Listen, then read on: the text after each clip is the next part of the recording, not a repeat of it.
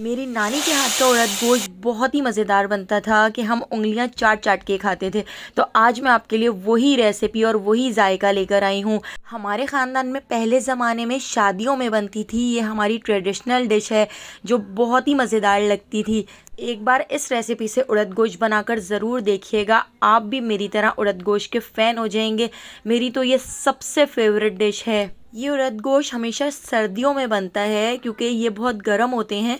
तो चलिए इसकी रेसिपी को देख लेते हैं। उड़द गोश्त बनाने के लिए मैंने यहाँ पर 1 पाव उड़द की दाल ले ली है। ये देखिए इस तरह से ब्लैक ब्लैक सी ये दाल होती है। तो इसको चुनकर और धोकर मैंने 8 घंटे पहले भिगो दिया था, इसको सोक कर लिया था। तो जब मैंने इसको भिगोया था उसके बाद देखिए ये बिल्कुल डबल हो गई है और काफ़ी फूल गई है और इसका कलर भी चेंज हो चुका है। कितना प्यारा सा इसका कलर हो चुका है, बहुत ही खूबसूरत सी ग्रीन सा कलर इसका हो चुका है। मैंने इसको 1 रात पहले भिगो दिया था, तकरीबन मैंने इसको 7 से 8 घंटे भिगोया था। आप इसको 5 से 6 घंटे भी भिगो सकते हैं। तो अब हम इसके अंदर ऐड कर देते हैं 1 लीटर पानी। तो मैंने इसमें थोड़ा ज़्यादा पानी ऐड किया है क्योंकि ये 2 घंटे पकेगी। तो यहाँ पर मैंने इसमें पानी ऐड कर दिया है। 1 टीस्पून हम इसमें नमक ऐड कर देते हैं और गैस पे हमने इसको बॉयल आने तक पका लिया है। अब इसको कवर करके लो फ्लेम पर 2 घंटे के लिए छोड़ देते हैं। जब तक दाल पक रही है इतनी देर हम गोश्त की तैयारी कर लेते हैं। तो यहाँ पर मैंने आधा किलो बीफ का गोश्त ले लिया है। थोड़ा सा हड्डी वाला गोश्त है और ये इसमें बोटियाँ हैं। तो मैं ये पूरा गोश्त इस पतीली के अंदर ऐड कर देती हूँ। इसके साथ ही मैंने यहाँ पर 2 दरमियाने साइज़ की प्याज ले ली हैं। प्याज को मैंने इस तरह से बारीक स्लाइस में कट कर लिया है। तो प्याज भी हम इसके साथ ही इसके अंदर ऐड कर देते हैं। तो अभी मैंने इसको गैस पर नहीं रखा है, अभी हम सिर्फ चीज़ें ऐड कर रहे हैं।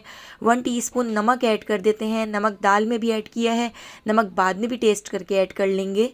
1 टीस्पून हम इसमें ज़ीरा ऐड कर देते हैं। 1 टीस्पून हम इसमें ऐड कर देंगे हल्दी पाउडर। हाफ़ टी स्पून लाल पिसी हुई मिर्ची ऐड करेंगे, बाद में भी हमें इसमें मिर्ची ऐड करनी है। तो यहाँ पर 2 टीस्पून भर के मैं इसमें धनिया पाउडर ऐड कर देती हूँ और इसके साथ ही मैं इसके अंदर ऐड कर दूँगी 1/2 कप से थोड़ा ज़्यादा ऑयल, क्योंकि इसमें ऑयल थोड़ा सा ज़्यादा ही ऐड होता है। तो आप 1/2 कप ऑयल भी इसमें ऐड कर सकते हैं। अब इसके साथ ही हम इसके अंदर ऐड कर देते हैं 3 गिलास पानी। पानी ऐड करके हमने इसमें चमचा नहीं चलाना है, बस हम हाथ से इसको इस तरह से हिला लेते हैं। इस तरह से हिलाकर हम इसको गैस पर पकने के लिए रख देते हैं। तो यहाँ पर आप देख सकते हैं इसको बॉयल आ चुका है। इसको भी कवर करके लो फ्लेम पर आधे घंटे के लिए छोड़ देते हैं और गोश्त को 80% तक गला लेते हैं। तो यहाँ पर हमारा जो गोश्त है वो 80% तक कुक हो चुका है। अब हमने इसको भूनना है। हमने इसको इतना भून लेना है कि इसका पानी खुश्क हो जाए और साइडों से इसका ऑयल ऊपर आ जाए। तो बस ऑयल ऊपर आने तक हम इसको भून लेते हैं। जब तक हमारा गोश्त भुन रहा है हम दाल चेक कर लेते हैं। तो दाल को पकते हुए भी 2 घंटे हो चुके हैं। आप देखिए दाल कितनी अच्छी तरह से गल चुकी है, दाल कितनी फटी फटी सी हो गई है। तो बस इस स्टेज पर अब हम यहाँ पर एक डोई ले लेते हैं। तो डोई से हम दाल को अच्छी तरह से घोट लेते हैं। इस तरह से हम दाल को जब घोटेंगे तो इसका टेक्सचर बहुत ही मज़ेदार सा हो जाएगा।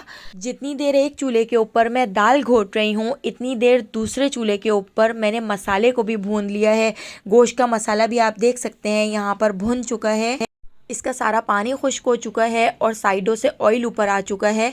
तो हमने इसको बहुत अच्छी तरह से भून लिया है। प्याज भी इसमें अच्छी तरह से घुल गई है और गोश्त हमारा 80% गल चुका है। अब हम इस गोश्त को दाल के अंदर ऐड कर देते हैं और इस गोश्त को हम 20% तक दाल के साथ गला लेंगे। तो इस तरह से हमने सारा गोश्त इसके अंदर ऐड कर दिया है, सारा मसाला ऐड कर दिया है।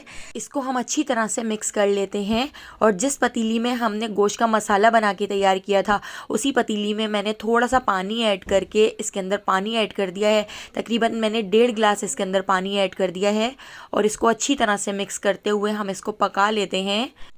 तो यहाँ पर हम इसको उबाल आने तक पका लेते हैं। इतनी देर हम एक और मसाला बनाकर तैयार कर लेते हैं। तो यहाँ पर मैंने 3 इंच का अदरक का टुकड़ा ले लिया है और 10 मैंने यहाँ पर लाल साबित मिर्चें ले ली हैं।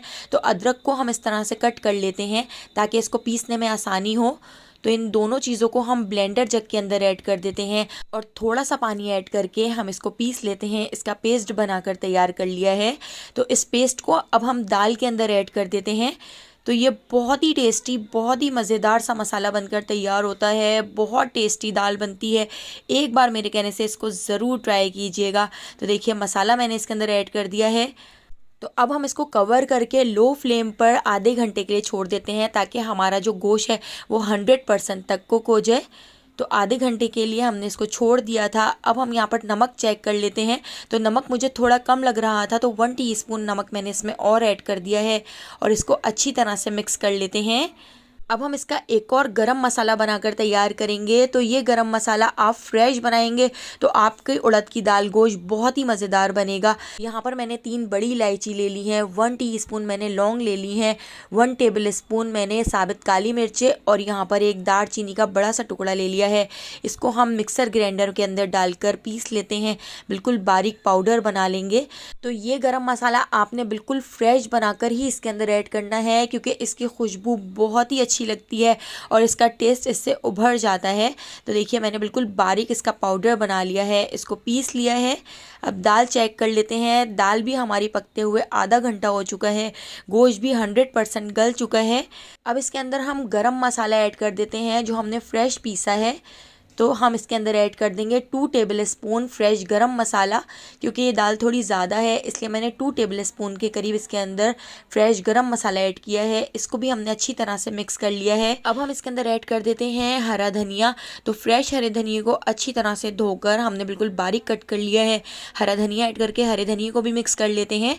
अब हम इसका एक भगार बना के तैयार करेंगे। तो इसके लिए भगार हम असली घी में बना के तैयार करेंगे, बहुत ही शानदार बनता है। तो यहाँ पर मैंने 2 टेबल स्पून भर के असली घी को एक पैन के अंदर गरम कर लिया है।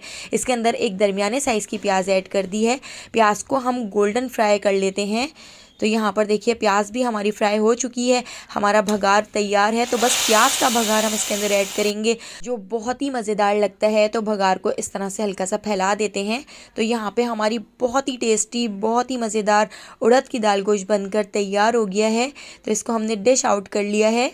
अगर आपको मेरी ये रेसिपी पसंद आई हो तो लाइक, शेयर और सब्सक्राइब करना बिल्कुल भी मत भूलिएगा और बेल आइकॉन के नोटिफिकेशन को ज़रूर ऑन कीजिएगा क्योंकि डेली मैं बहुत ही मज़ेदार सी रेसिपीज़ आपके लिए लेकर आती हूँ। तो उन सारी रेसिपीज़ का नोटिफिकेशन आपको फ़ौरन मिल सकेगा और आप मेरी सारी वीडियोज़ वॉच कर सकेंगे। तो आने वाली वीडियो तक मुझे दीजिए इजाज़त।